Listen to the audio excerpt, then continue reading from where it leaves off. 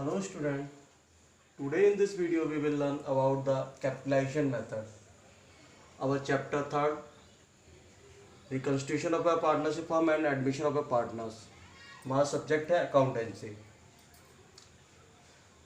In this method हमें discuss करना है. इसमें कह रहा है under this method goodwill can be calculated into two ways. जो हमारा कैपिटलाइजेशन मेथड है इस मेथड को फॉलो करते हुए हम गुडविल को दो वे में जा करके सॉल्व कर सकते हैं या दो वे में गुडविल कैलकुलेट कर सकते हैं।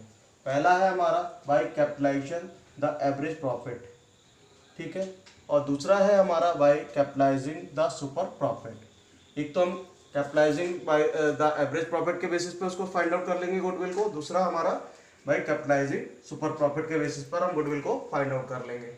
तो यहाँ पर हम firstly we will discuss about the by capitalising of average profit method. By capitalising of average profit method क्या है एग्जैक्टली उसके बारे में हम डिस्कस करते हैं। इसमें कह रहा है under this method first of all B calculate the average profit.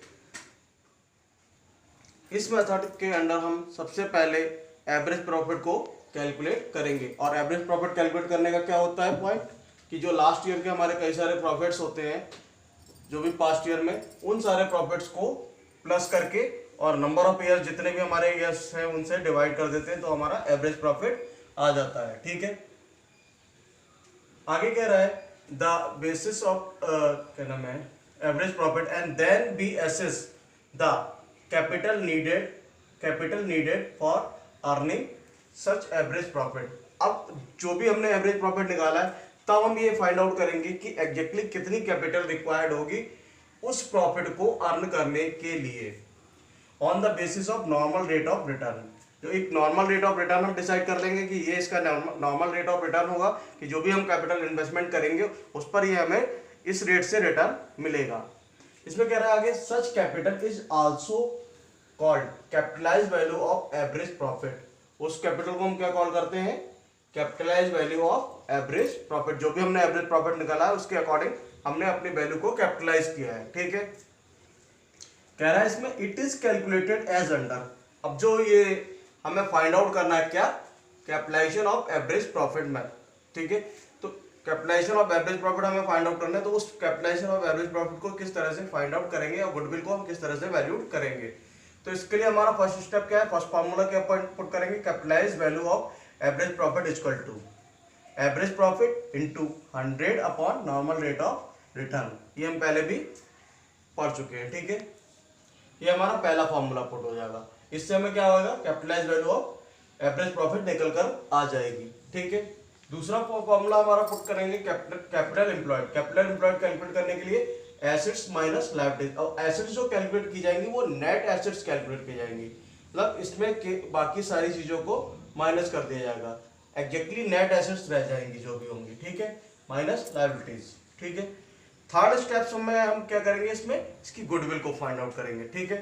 तो थर्ड स्टेप में जब हम गुडविल फाइंड आउट करेंगे तो उसके लिए हमें क्या करना पड़ेगा फार्मूला पुट करना पड़ेगा capitalise value of average profit minus net assets, ठीक है। अब capitalise value of average profit हमने पहले पॉइंट से फाइंड आउट कर ली थी। कैपिटल एम्प्लॉयड नेट एसेट्स जो हमने फाइंड आउट की थी तो उसमें जो भी हमारे एसेट्स होंगे उसको उसमें से नेट एसेट्स को हम फाइंड आउट कर लेंगे, ठीक है। अब इसको देखते हैं क्वेश्चन के बेसिस पे कैसे हमें सॉल्व करना है, ठीक है। इसमें कह रहा है from the figures given below calculate goodwill according to the capitalisation of average profit method, ठीक है। हमें ये जो फिगर्स गिवन कर रखी हैं उनके बेसिस पर हमें capitalisation of average profit method find out करना है, ठीक है। पहला पॉइंट है हमारा एक्चुअल एवरेज प्रॉफिट।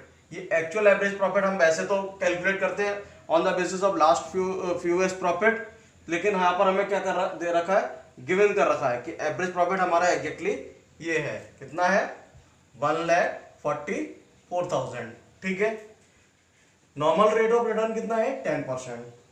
आगे कह रहा है एसेट्स है ₹19,40,000 की एंड लायबिलिटीज है ₹8 लाख की, ठीक है। अब इसके बेसिस पे हम कैलकुलेट करेंगे। पहला वही हमारा सबसे पहला स्टेप क्या होगा, पहले हम फाइंड आउट करेंगे capitalise value of average profit. जो हमारा एवरेज प्रॉफिट था उसकी कैपिटलाइज वैल्यू निकाल लेंगे कि कितनी कैपिटल इन्वेस्टमेंट हमें करनी होगी, किसके लिए, for the profit, earning profit, average profit into 100 upon normal rate of return. अब एवरेज प्रॉफिट हमारा कितना था, 1,44,000, ठीक है, इंटू 100 अपॉन 10, 10 से 10 कैंसिल कर दिया, इसका और इसका इंटू कर दिया, तो ये आ गया हमारा 14,40,000, ठीक है, 14,40,000 इंटू करके आ जाएगा ये कैलकुलेट होकर के। अब हम फॉर्मूला पुट करेंगे सेकंड वाला जो हमने बताया था कैपिटल एम्प्लॉयड के लिए। Capital employed is equal to assets minus liabilities.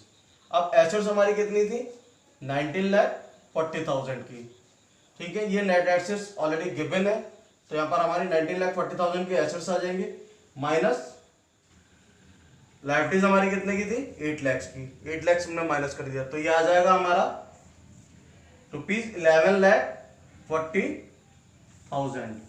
ये आ गया, इसको एडजस्ट करके हमारा कैपिटल एम्प्लॉयड, ठीक है।